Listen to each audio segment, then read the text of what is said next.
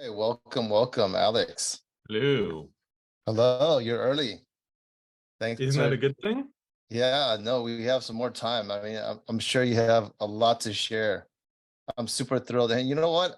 I was looking on your LinkedIn. I think we're alumni. Are you UC San Diego? Yeah. All right, excellent. Well, so we're alumni. I graduated year 2000. Okay. What'd you major in there? It's a mouthful. Mathematics, economics, and I minored in computer science. Oh, How about yourself? right. I just what is it? It's been Originally computer engineering, and then switched to political science so that I never had to go to class. Oh wow. Okay, so that's a big pivot. That's a big pivot. Yeah, Yep. no, I can understand that. I started as for like a medical degree. I was at Revelle. Yeah, I was at Okay. Yeah. Revelle. See, because I started as engineering, I was in Warren. You're more right. Okay, that's like on the other side of the campus. All right, now Yeah. so we have something to talk about next time. Next time we meet offline. Super. Yeah, dude, I can't believe how much bigger it's gotten. Yeah, I Um, heard. I was like, they have a business school now? We have a business school now? I know it's crazy, right? Rated, Crazy. yeah. But we are on a pretty big piece of land. I mean, it's nice. Yeah. So hey, it's an honor to have you today. I'm excited to be here, Yeah, man. yeah. For just for the audience's sake, because some people are not seeing this visually, they're listening in. So we have with us Alex, the CEO of Hero. I'm not going to get into too much because I'm going to ask Alex to introduce himself, his background, and what Hero's up to, and then we'll get into it. So with that said, could you Let's get it. brief Let's go. Yep, Woo! let's go. Woo! Awesome. So tell us a Oh yeah, little bit about, yeah. yeah, my background. So yeah, I'm the CEO of Hero Systems, which is the dev tools company for the Stacks ecosystem. So I'll go into a little more later, but like we produce just all the tools that you need for building smart contracts on top of Stacks. Like we provide for you API, Stacks.js, the Hero platform, Clarinet, and actually, because we're just very, very bullish on everything happening in terms of building on Bitcoin, right? Like that's the whole reason that we exist is enabling people to build on Bitcoin. We also have an Ordinals Explorer, ordinals.hero.so, and an Ordinals API I'll go out and say I think they're the best Explorer and API for working on Ordinals that are out there. They're insanely fast, very performant. For me, I've been messing around with computers and things since I was like a kid. I used to like build all my own computers, and of course now because I just want things that work, I just like am entirely in the Mac ecosystem, which is hilarious because I used to be super elitist about never touching a Mac and how terrible they were, and now I like don't want to touch anything else. But I promise I do know computers well, at least back in the day. So I was actually originally an event producer. I produced like a production manager for concerts and raves and corporate events and everything. Oh, And yeah, Electric Daisy Carnival back in the day, if anyone's into electronic music, back before it like moved to Vegas and everything. Um, Actually, if you, Albert, since you also went to UCSD, you probably went to the Sun God Festival. oh yeah. Oh yeah. So I was like production manager and stage manager for the Sun God Festival. Oh, really? Yeah, They had some good productions back then. Yeah. oh god, those were good days. But I always knew I liked tech and wanted to get into tech, and so after I graduated school right in the middle of 2008, which was just a great time to be graduating college and getting a job, just started trying to edge my way into tech, and actually did that originally by producing events for Jason Calacanis out in LA, and launching like his podcasts and things. From there, just kind of met a bunch of startups, went to work for one called Yext, which also kind of is what took me to New York. And so, for the last 14 years, been there. I spent about 8 years at Stack Overflow, which I'm guessing at least some of the developers on listening to this session now have probably heard of or used before. And launched their kind of private Q&A software, the Stack Overflow for Teams and enterprise business there. Done worked for a couple other companies, done a lot of advising and things. And then, I got orange pilled, as it said, on Bitcoin a few years back. And it just became very clear that like, okay, hey, this is the trusted thing that's going to be around for a long time, that, is establishing itself as money. It's not going anywhere, right? And so if we're looking to build kind of a next generation era, right? If we're trying to build the next thing, like that's the place to do it. And so then about two and a half years ago, when I met the Hero team, it just kind of all clicked together for me, right? I'd already had this idea kind of in the back of my head. Met the team. Manib was still the CEO at the time, and I joined as COO to help him just kind of run the company, run all of the day-to-day to everything, scale the group up. And then with Manib and Trust Machines, I took over as CEO a little over a year ago. And, like I said, just been working to kind of build the best possible tools for everyone who's coming to build on top of Stacks and Bitcoin. Super. Thank you for the introduction. That brings a lot of, I'm not only excited to hear this, but it also, I feel like you have an underlying goal or vision there. In your words, how do you see, when you got orange pill to today, I'm guessing that there's a vision that is becoming more and more clear for you. Can you help us understand how you see, like how you would describe the sustainable Bitcoin economy of the future? Yeah. So I think it all goes back to the idea that, I think I, kind of got this framing from Manib back in the day. And I think I've heard a lot of other people about it too, talk about it too. But, the real innovation on Bitcoin isn't a purely technical one, right? It's the idea that it's like this decentralization of trust, right? And globalization's been, I think, overall a pretty good thing for the world and like connecting things, but it means that you also still have a lot of uneven opportunity around the world. And the thing that's really cool to me about crypto, about Bitcoin, is the opportunity it presents to flatten the playing field for people and kind of provide equal access, right? The difference today in your ability to like start a company and transact easily with companies, if you can have a US or like a first, Western European bank account versus not, has been a big deal for a long time.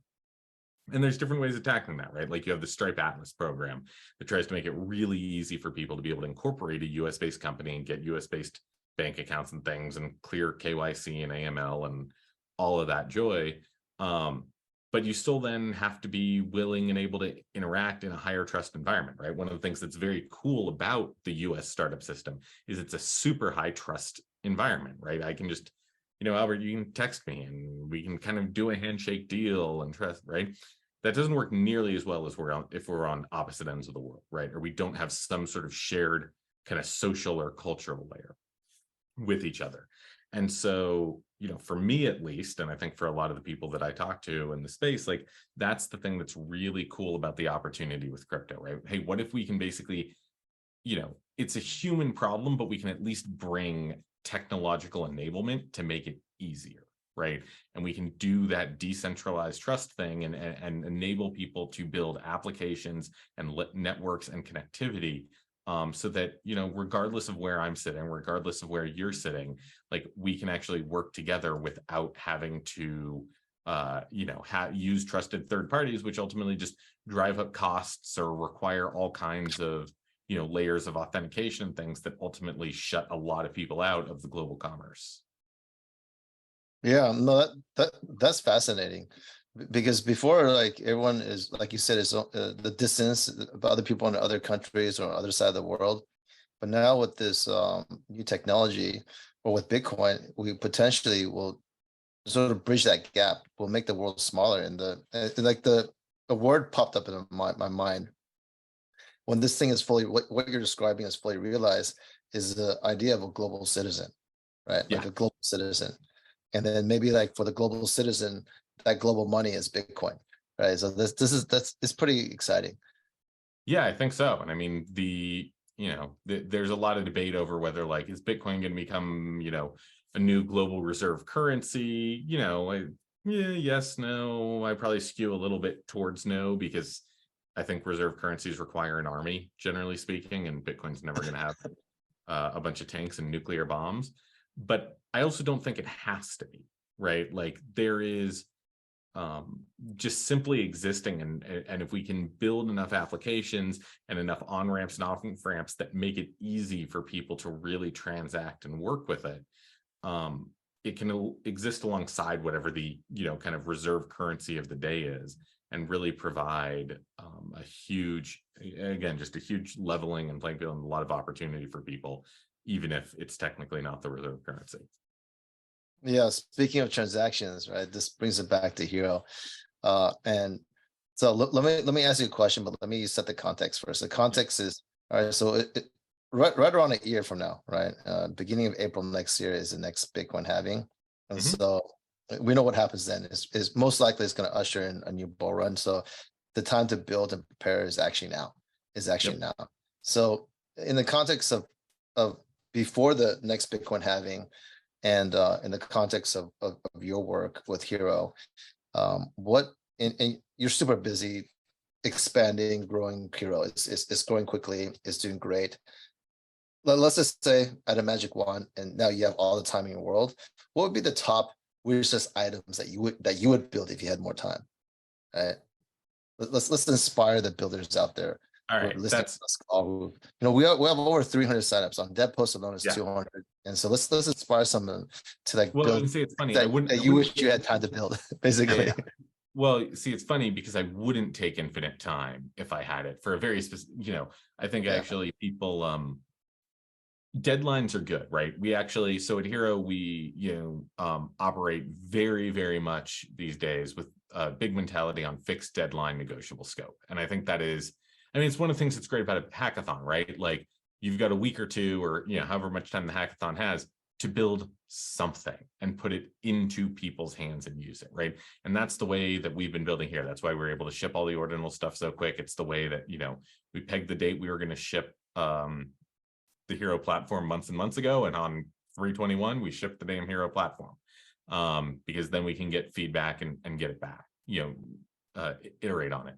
So I think there's a couple different areas. With all that said, there's a few different areas that like we at Hero are really focused on. One is just, our biggest focus is on core developer experience. It's building in kind of crypto is still not the best thing. This is the reason we actually moved from having all downloadable tools to creating the Hero platform is, you go to it, you log in, you either pick a blank or a template starter contract, you write it in a VS Code editor in your browser, and then like you link your wallet and you deploy it to testnet and then mainnet, right? Like it's entirely in the browser. It's super simple. Our goal was literally you should be able to go from brain to blockchain in 5 minutes, which you absolutely can do. And there's so many, the penetration on the number of software developers in the world who've written something in crypto is huge, right? And we don't want them to have to go download entirely new development environments or learn all this other stuff, right? All you really care about is how do I write some code?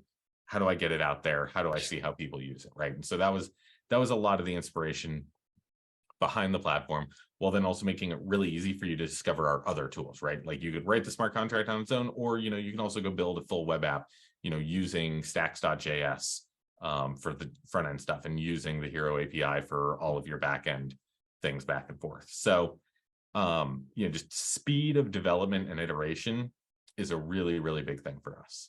So over the next year, the stuff you're going to see is, number one, if you've read the SBTC white paper, or read about some of the other work that's going into kind of the upcoming release for Stacks later this year, our team is both going to do some work on that as a member of the community. Obviously we've got some blockchain folks on our team, but also obviously there's a lot of work to make our tools ready for that.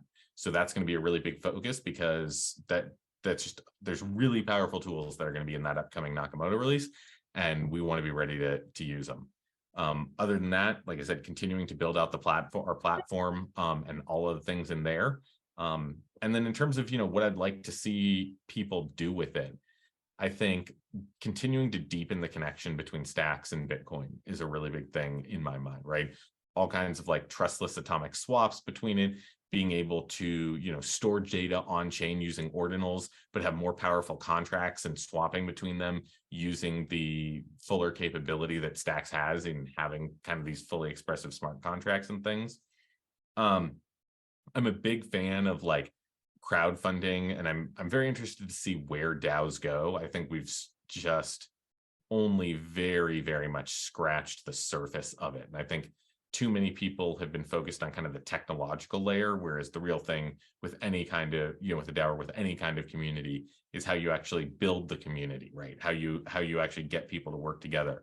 And so to see some folks kind of work on the DAO tooling there, I think it's, when you're talking about long-term treasuries for organizations that are lasting, again, something that really matches up with Bitcoin and with the idea of, this very long-term reserve currency type thing. So I would love to see folks who are really working on that. Excellent. No, those are all great ideas. Do you have any more? I'm being greedy for the audience here. I think the other big thing is just people playing with SBTC. I know I think tomorrow doing a whole day of sessions and stuff on like SBTC and some of the other kind of Bitcoin network innovation stuff, right? Yeah, I mean, tomorrow is going to be ordinals and Bitcoin innovation stuff. Yeah. Next week, I think your team, is going to come in. Yeah. So anyway, so I think SBTC is going to be a huge thing because again, it's that trustless swap into a programmable asset's a big deal, right? Making Bitcoin programmable is like our goal. It's the holy grail of a lot of this stuff. So I'd love to see a lot of different things around SBTC, integrations into the Lightning Network, right? We talk a lot about Bitcoin layers because Bitcoin as an L1 is great. It's nice and stable, but it's not very scalable by design, right? And there was a lot of conflict over this in the early days with the block size wars and things, but like kind of the decision's been made there, and there's advantages to that, right? You don't want to change the L1 that much, but that means all of the iteration is going to be happening on the L2. And I probably don't have to tell you this thing. You're working in an area, you're putting your money where your mouth is on that. But so seeing things too that like tie integrations that tie those L2s together, right? Stacks and SBTC with Lightning, being able to swap in and out of all of those, I think would be really cool. I think we've seen a lot of more interest in Bitcoin NFTs as of late. So things that increase liquidity around Bitcoin NFTs, make it easier for users to collect, market, swap them with each other, display them. I think everything around there's a lot of opportunity around too. Yeah, no, that's an abundant supply of great ideas that should be built. And as you said, when the SBTC is launched later this year, it's going to supercharge all of these projects that you mentioned, right? And so we have a few minutes left here. Let's we spent some time on what can be built. Now, your team is going to put up some time next week. I think it's going to be back-to-back sessions to give people a crash course on how to use Hero, what the dev tools are, and get people started on these ideas that you're talking about, right? Can you give a little teaser on that and give a few words of encouragement to the builders out there to motivate them? And by the way, everyone, Alex and Hero, they're one of the biggest sponsors, prize sponsors, cash sponsors for this hackathon. And also Alex has generously offered 2 time slots to the winners. So the key word is you have to be a winner if you want these time slots, right? But well, hold on. First off, everyone participating is a winner. Some people are more winners than the others. Exactly. You have to be like the winner of the winners, right? And then so let's get some healthy competition together. That's why we're called the Olympics, right? You got to collaborate to compete, and then hopefully some really awesome stuff comes out of that. And I personally, for me, I think the real prize is not the cash prize, but more the time with Alex, because this one-on-one coaching session, mentoring can definitely accelerate your project beyond the hackathon, right? So definitely like have your heads in it to win it, guys. So with that said, please share some encouraging words. Maybe you could give some teasers and how people just a few high level points on how they would qualify for these prizes. Yeah, well, so like I said, we've got a whole range of tools that I think will make your lives a lot easier as you're going through and building things. The things in particular that I point you to are the Stacks API that Hero makes, the Ordinals API that we make, the Ordinals Explorer that we make if you're building something where you want to be able to, display, various ordinals on chain, and the Hero platform, which is just platform.hero.so if you are building something on top of Stacks itself. So yeah, a couple of our devs are going to be here next week. They'll walk you through kind of this stuff all in much more detail. But like I said, we're really a group of people who have developer enablement and like developer tools as a passion for themselves. Like I said, I spent 8 years at the largest developer community in the world. That there's something I like about working in this space. So I'd really encourage you guys to check them out. And of course, I'm just Alex L. Miller on Twitter. So like if there's anything you're thinking of that you wish was in there, like drop me a line and I'll happily put your feedback to our team so we can incorporate it. Like we always like hearing from people. But other than that, I think the thing I just tell people is this is a really exciting time to be building. We have constantly said for the last year now, right, that like bear markets are a time for builders, and it's nice. Some of the hype goes away, right? A lot of the flim flam goes away, and it just gives a really good opportunity to like buckle down, focus on like actually building things, put things into users' hands, into real dedicated users, and just gives you that space to build, which, as you pointed out, like a year from now, you've got the next Bitcoin halving coming up. That's probably a time where there will be renewed interest, right? And particularly as governments continue to mess around and muck around in financial markets and things, you're going to see more renewed interest in things there. So yeah, we've got 12 months that I think is just a really, really great time period for people to figure out things, to iterate, to test. I think joining, this hackathon this week is a great first step for folks. And I'm really excited to see how many people have taken up on it and what they come up with building. Yeah, no, I'm super excited. I mean, let me underscore that there have been multiple iterations, and then the newest iteration I think is like, it looks like entirely a new platform. So along with ordinal Bitcoin APIs and the whole works for developers. So this is going to save people so much time. A lot of things are super convenient, right? Before, like, imagine without these tools how long it would take to build anything. But now with these tools, and by the way, you guys getting a front row seat, because as Alex said, you guys shipped late March, right? So I mean, it's just the beginning of April, so you guys will be seeing like all the newest features and functions next week. So you guys do not miss it. I believe that's April 10th in the morning Pacific time. But join our Olympics hackathon, go to the Discord server, you'll get all that information there. So you guys won't miss anything. Thanks so much, Alex, for coming on. Thank you. Thank you. Do you have anything else you want to share? No, I think I covered all that stuff pretty well. So yeah, like I said, I'm really excited to see what you guys all build and chatting with you about it more as we go through the Olympics. Super. Thanks for joining us, Alex. Welcome back next time. Have a good one. Bye. Bye-bye.